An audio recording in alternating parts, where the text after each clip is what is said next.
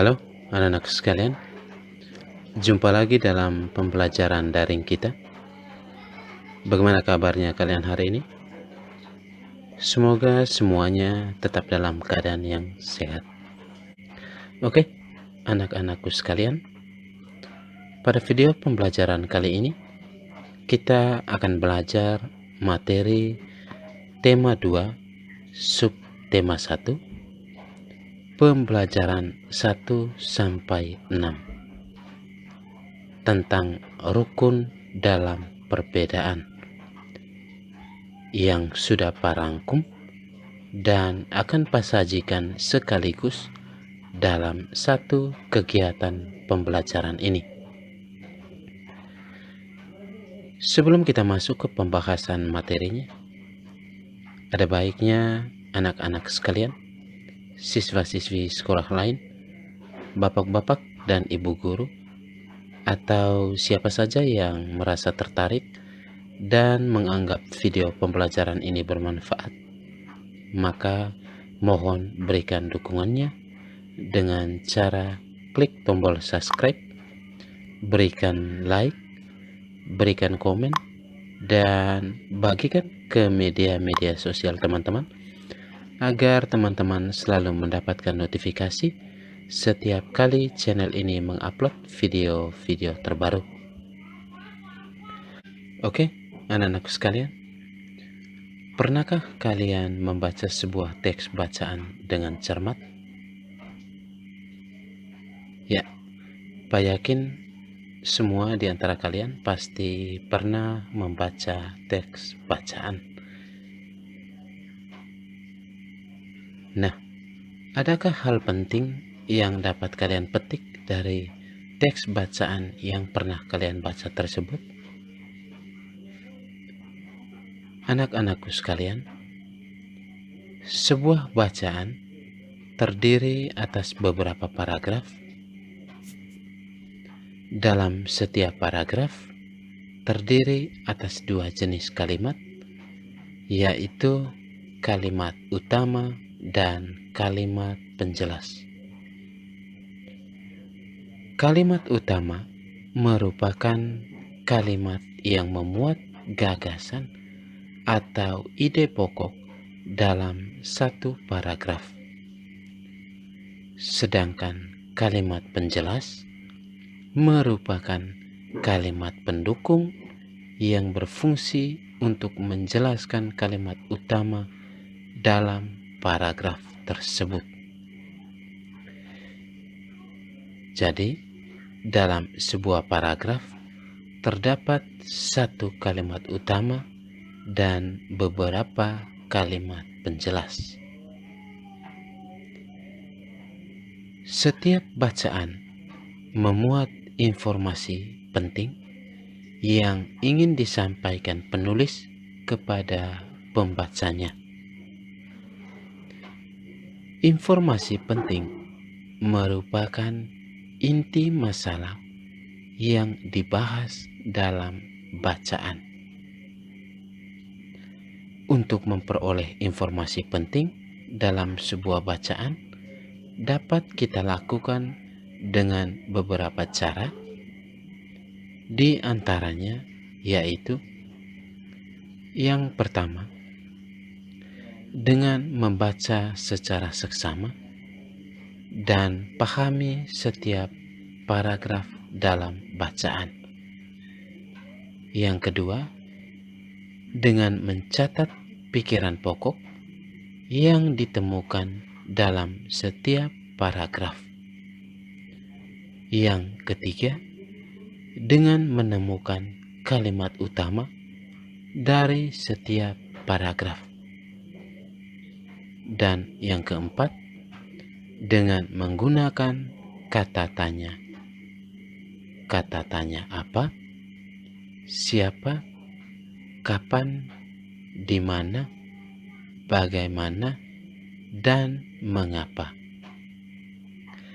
Nah, pada pembelajaran kali ini, kita akan belajar menemukan informasi penting dalam bacaan dengan menggunakan kata-kata tanya yang kemudian kita rangkai atau dibuat dalam bentuk peta pikiran. Tahukah kalian apa itu peta pikiran? Peta pikiran adalah sebuah diagram yang digunakan untuk menyajikan informasi penting yang diperoleh dari sebuah teks bacaan. Peta pikiran sesungguhnya terdiri dari beberapa kata tanya, yaitu apa, siapa, kapan, di mana, bagaimana, dan mengapa. Yang kemudian dari kata-kata tanya tersebut kita susun atau kita buat pertanyaan berkaitan dengan isi teks bacaan. Pertanyaan-pertanyaan tersebut kita jawab sendiri, dan jawaban itulah yang kemudian kita rangkai menjadi informasi penting dari teks bacaan. Untuk lebih jelasnya, kalian bisa perhatikan contoh peta pikiran di samping yang Pak sertakan juga dengan teks bacaannya.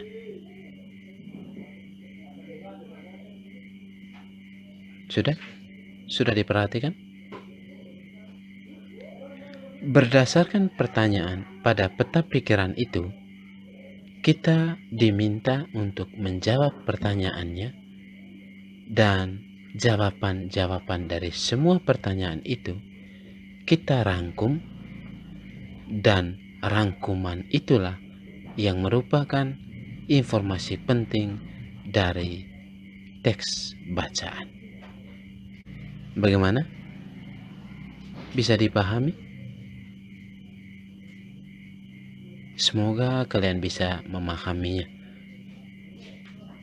Jadi, peta pikiran itu merupakan salah satu cara untuk memperoleh informasi penting dari teks bacaan yang kita baca dengan cara membuat pertanyaan dan menjawabnya. Jawaban itulah yang merupakan informasi penting dari teks bacaan. Anak-anakku, pada teks bacaan yang disajikan tadi dibahas tentang proklamasi kemerdekaan Indonesia. Tahukah kalian apa makna proklamasi bagi kehidupan berbangsa dan bernegara, terutama bagi masyarakat Indonesia? Nah, berikut ini kita akan pelajari tentang makna proklamasi bagi kehidupan berbangsa dan bernegara. Anak-anakku, proklamasi merupakan deklarasi kepada seluruh rakyat dan negara-negara di seluruh dunia akan adanya kemerdekaan. Dengan adanya proklamasi kemerdekaan ini, bangsa Indonesia telah terbebas dari penjajahan bangsa lain. Selain bermakna kebebasan, proklamasi juga memiliki makna lain. Di antaranya, yang pertama, proklamasi sebagai puncak perjuangan bangsa. Yang kedua, proklamasi sebagai awal terbentuknya Negara Kesatuan Republik Indonesia.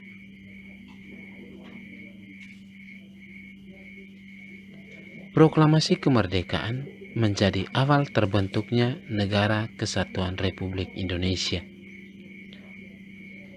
Untuk menjadi sebuah negara, Indonesia harus memenuhi persyaratan pembentukan sebuah negara.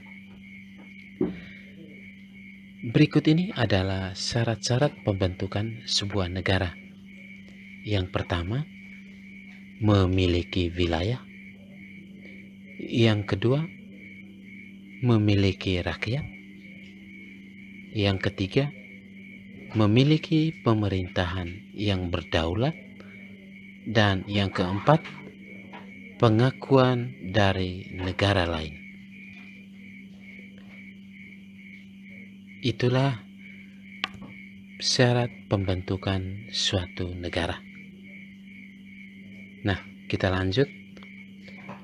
Makna proklamasi yang ketiga, yaitu proklamasi menjadi pintu gerbang menuju masyarakat yang adil dan makmur. Dan yang keempat, proklamasi kemerdekaan sebagai titik tolak perubahan hukum kolonial menjadi hukum nasional. Selain empat makna di atas, bentuk pemaknaan proklamasi kemerdekaan yang dapat kita lakukan dalam kehidupan sehari-hari adalah sebagai berikut.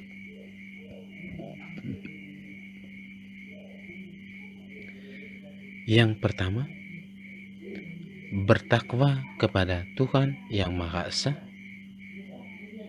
Yang kedua, berlaku jujur dalam perkataan dan perbuatan. Yang ketiga, belajar giat agar menjadi manusia cerdas, berkualitas, dan mampu bersaing dengan negara-negara lain. Yang keempat, menerapkan sikap tenggang rasa dan toleransi dalam kehidupan sehari-hari. Yang kelima, melaksanakan pembangunan dalam segala bidang kehidupan. Yang keenam, mempererat persatuan dan kesatuan serta keselamatan bangsa dan negara. Demikianlah makna proklamasi kemerdekaan bagi masyarakat Indonesia. Anak-anakku sekalian, kemerdekaan yang diperoleh oleh bangsa kita bukanlah sesuatu yang mudah, terutama oleh para pejuang di masa lampau. Banyak yang mereka korbankan sebelum mendapatkan kemerdekaan ini. Bangsa Indonesia telah dijajah oleh bangsa asing berabad-abad lamanya. Perlawanan bangsa kita terhadap penjajah awalnya sering mengalami kekalahan. Hal ini disebabkan karena perlawanannya masih bersifat kedaerahan. Setelah perlawanan berubah menjadi perlawanan yang bersifat nasional, maka bangsa kita banyak memperoleh kemenangan. Perlawanan bersifat nasional ini sesungguhnya menunjukkan kesadaran bangsa kita untuk bersatu. Mereka sadar bahwa persatuan merupakan sumber kekuatan untuk mengalahkan para penjajah. Anak-anakku sekalian, dalam kehidupan kita setelah masa kemerdekaan ini, persatuan dan kesatuan memiliki manfaat dalam kehidupan berbangsa dan bernegara. Manfaat-manfaatnya antara lain: yang pertama, memperkuat dan memperkokoh ketahanan NKRI. Yang kedua, terwujudnya situasi aman, tentram, dan tertib dalam kehidupan masyarakat. Yang ketiga, dapat menumbuhkan sikap toleransi, persaudaraan, dan kekeluargaan. Dan yang keempat, memudahkan mencapai cita-cita dan tujuan nasional bangsa Indonesia.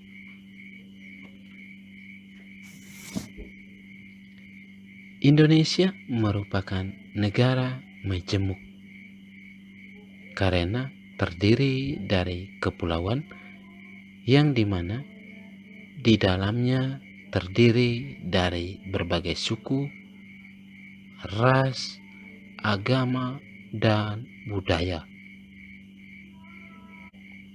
Keberagaman yang ada di dalam masyarakat Indonesia dapat menjadi sumber konflik jika rasa persatuan dan kesatuan tidak ditumbuh kembangkan. Oleh karena itu, maka setiap warga negara memiliki tanggung jawab untuk menjaga persatuan dan kesatuan bangsa kita. Sikap yang dapat ditunjukkan adalah dengan menghargai perbedaan dan menjunjung tinggi nilai persatuan. Berikut ini adalah sikap menjaga keberagaman bangsa, yaitu diantaranya yang pertama, menghormati keberagaman budaya dari berbagai daerah di Indonesia. Yang kedua, menghargai teman atau tetangga yang sedang beribadah meskipun memiliki keyakinan yang berbeda. Yang ketiga, mempelajari keberagaman bahasa daerah yang ada di Indonesia. Dan yang keempat, mendukung pengembangan serta pelestarian budaya daerah. Sedangkan contoh sikap persatuan dan kesatuan dalam berbagai lingkungan adalah sebagai berikut. Yang pertama, kita mulai dari lingkungan keluarga.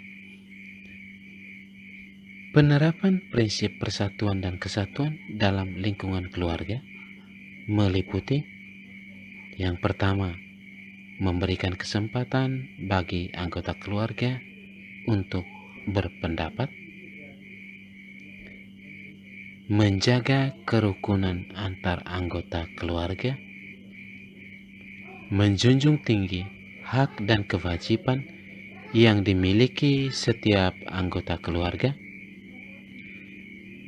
bersedia menolong anggota keluarga yang terkena musibah, dan tidak memaksakan kehendak kepada anggota keluarga yang lain. Yang kedua, di lingkungan sekolah. Penerapan prinsip persatuan dan kesatuan dalam lingkungan sekolah meliputi yang pertama, mengikuti upacara bendera dengan tertib dan disiplin. Yang kedua, mematuhi tata tertib sekolah.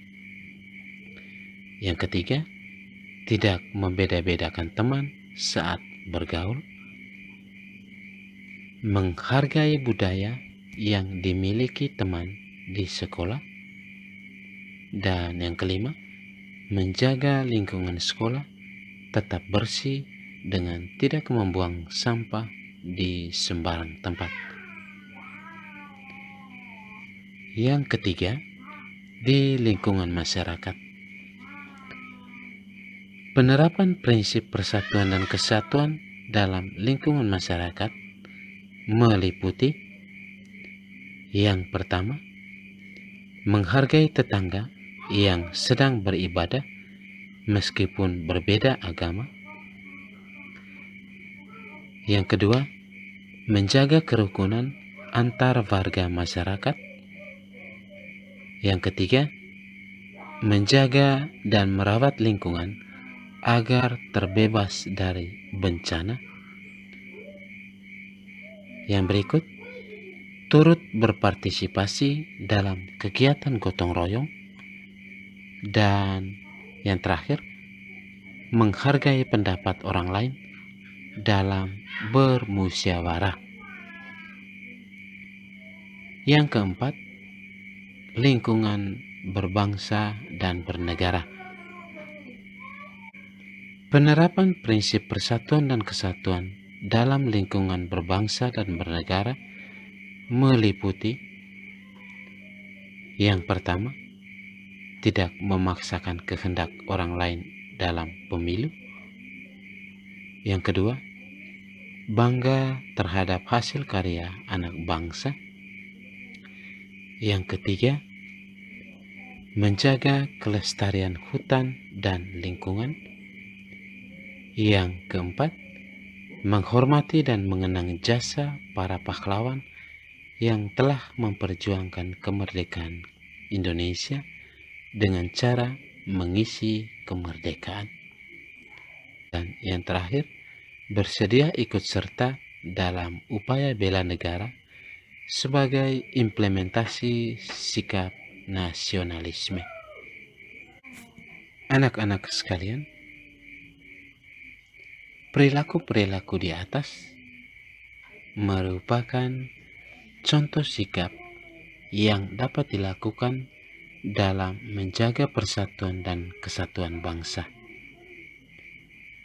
Keberagaman yang ada di negara kita ini bukanlah penghalang dalam mewujudkan persatuan, tetapi justru menjadi pendorong dalam mewujudkan persatuan kita.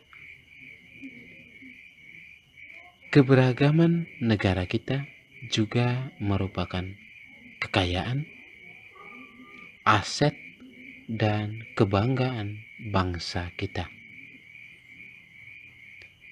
Di mata dunia, negara kita ini termasuk salah satu negara yang unik dan diminati karena keragaman yang ada di dalam negara kita. Selain keragaman penduduknya, negara kita juga memiliki keragaman sumber dayanya, termasuk tumbuhan yang hidup di negara kita. Nah, anak-anakku, berbicara tentang tumbuhan, negara kita termasuk negara yang kaya akan keanekaragaman tumbuhan ini.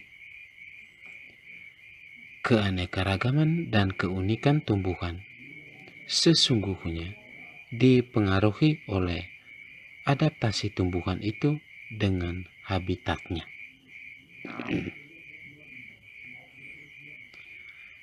Anak-anak sekalian, setiap tumbuhan memiliki ciri-ciri yang disesuaikan dengan tempat tinggal atau lingkungannya. Ciri-ciri tersebut berhubungan dengan kemampuannya dalam menyesuaikan diri atau beradaptasi terhadap lingkungannya. Tumbuhan melakukan adaptasi diri sesuai habitat atau tempat hidupnya. Karena dengan beradaptasi, tumbuhan dapat mempertahankan hidupnya. Nah, berikut ini kita akan pelajari bentuk penyesuaian diri tumbuhan terhadap lingkungannya. Yang pertama,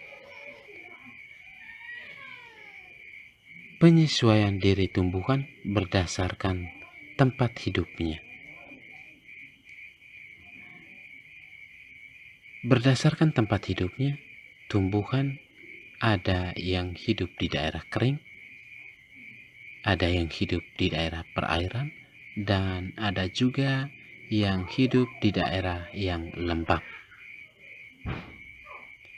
Yang pertama, tumbuhan xerofit. Tumbuhan kelompok xerofit ini hidup di daerah yang kering atau kurang air. Tumbuhan kelompok xerofit ini memiliki ciri-ciri antara lain: Yang pertama, berdaun kecil atau bentuk daun seperti duri kecil. Dan bentuk daun seperti ini berfungsi untuk mengurangi penguapan.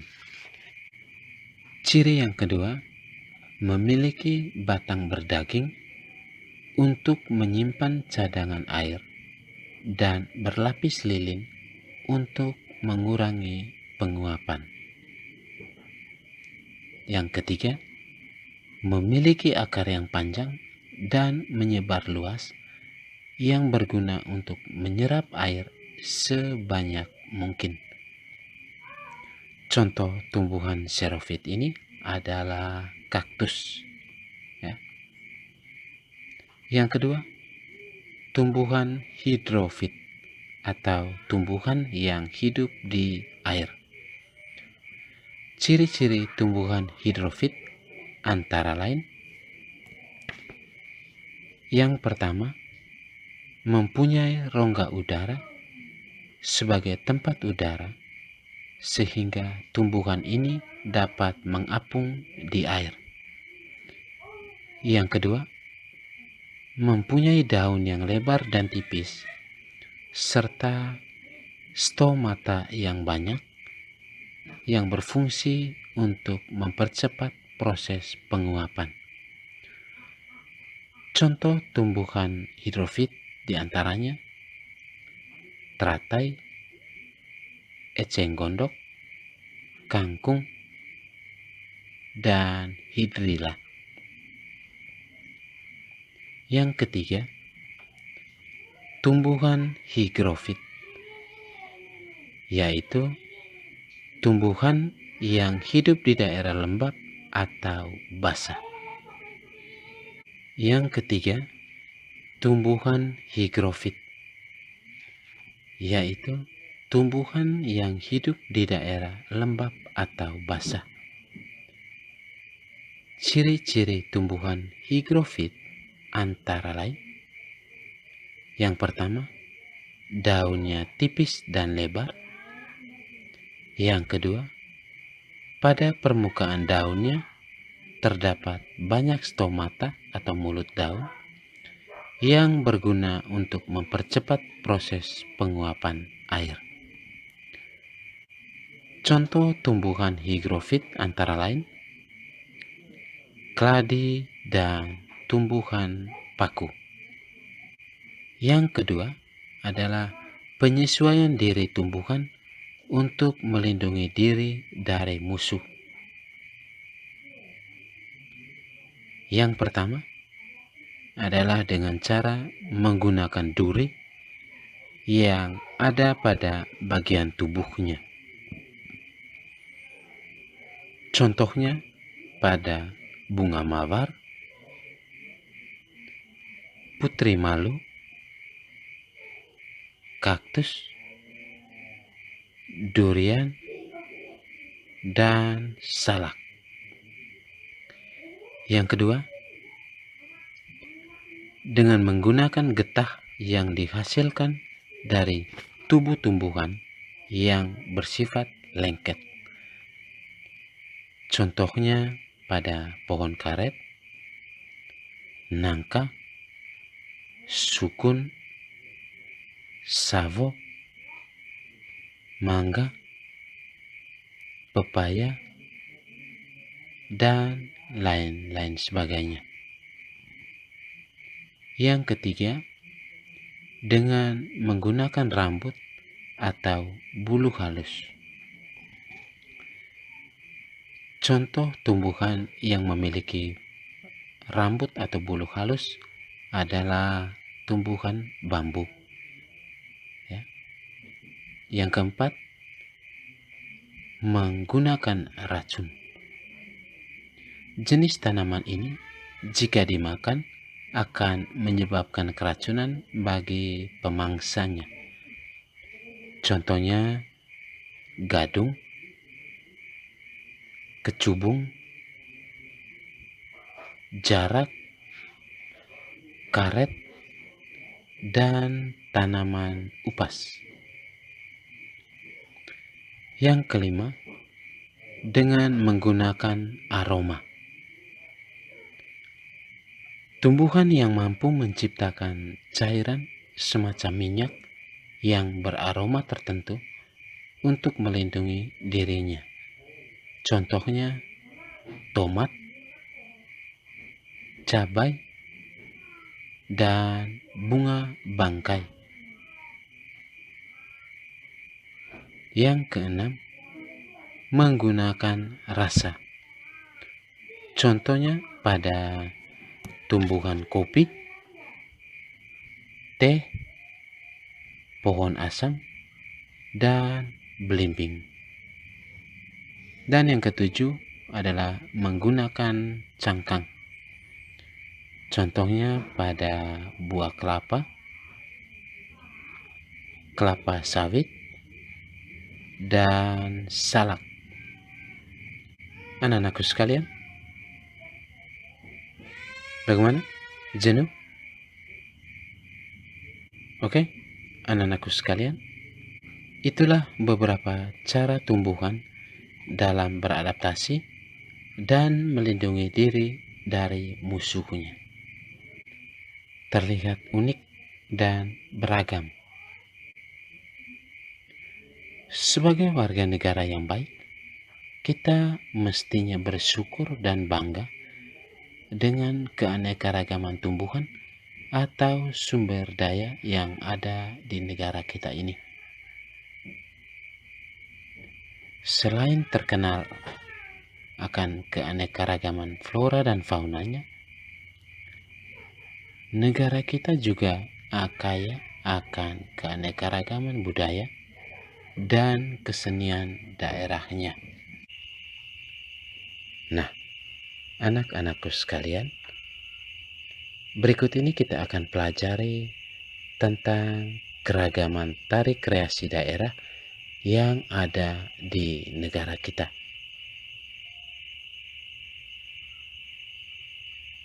Tari kreasi merupakan bentuk ekspresi diri yang memiliki aturan yang lebih bebas, tetapi tetap memiliki aturan. Berikut ini adalah contoh-contoh tari kreasi daerah, yaitu diantaranya berikut ini adalah contoh-contoh tari kreasi daerah. Diantaranya yang pertama, tari payung berasal dari Sumatera Barat. Yang kedua, tari merak berasal dari Jawa Barat. Yang ketiga, tari pemburu kijang berasal dari Jawa Tengah.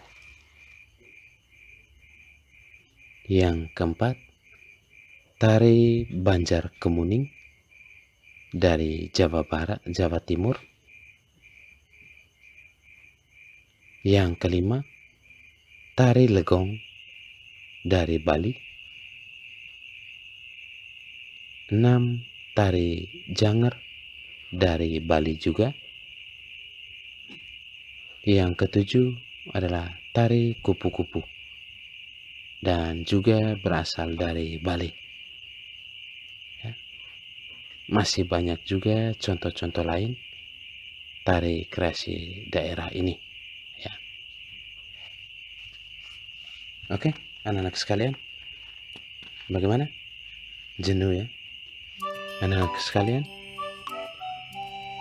tidak terasa pembelajaran kita telah berakhir, dan Pak berharap pesan materi yang sudah Pak sampaikan tadi dan segala materi yang sudah Pak paparkan tadi dapat kalian pahami. Oke, anak-anak sekalian, demikian saja. Semoga bermanfaat dan salam sehat. Sekian dan terima kasih.